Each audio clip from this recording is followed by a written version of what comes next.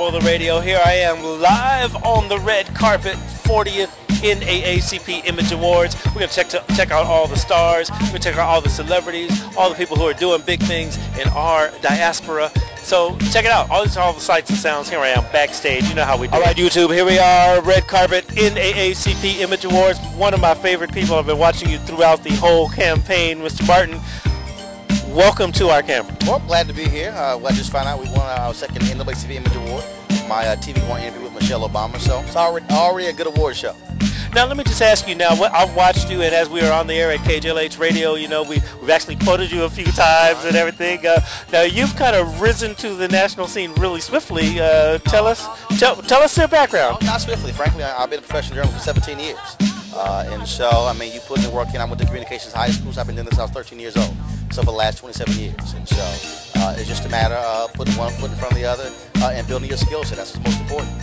Now we have on our YouTube channel, we were actually at the Magic Johnson TGI Fridays on election night, and we captured, boy, it was just so awesome to see 200, 300 black folk just, you know, showing so much emotion when Barack Obama was elected president. We watched you also, sir. Can you walk us through the evening that Barack Obama won? Well, again, it was just, we saw the exit polling data, how well it was going.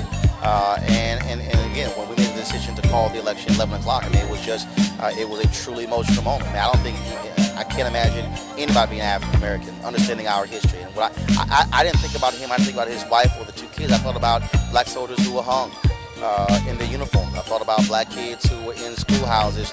They didn't have books or chalk or anything like that, but they were busting their butt to get education. That's who I was thinking about. I was thinking about our ancestors, who frankly were nameless and faceless, who had PhDs and master's degrees, but they had to work at the post office. They had to be janitors because they couldn't work anywhere else. So you know, those are folks who I thought about, and that's what made the night particularly emotional. Okay, Mr. Martin, we have one last question for you. What's in your iPod player right now? Well, I got about 5,000 songs.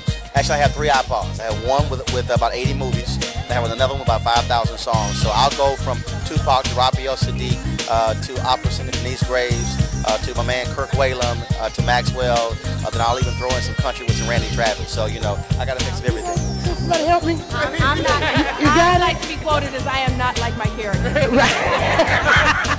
But we're not like our characters, but we do love each other. And because it's such a family unit, we really do have a great time. Harvard for grad school. That's why President Obama. That's when President Obama and I met. We were the same class at Harvard Law School, and I did a joint degree at Harvard Law School, also with the Kennedy School of Government. So I got my master's in government, and that's the one thing I have on President Obama. He doesn't have a degree in government. I do, and so I tease him about that. You know, I was so proud to be on the show that I was on. I thought that we did a wonderful job. It was one of the first things that drew me to the script, that we were multifaceted, multi-layered women, that we weren't just playing one thing or another or a stereotype, and that we were actually full, well-rounded, smart, funny women who fell and learned and grew all at the same time.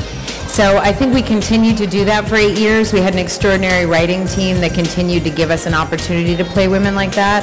And I'm really proud of the images that we portrayed. But I will say in front of you all that it was very much a cast that was in line about the images and the words that we were willing to say.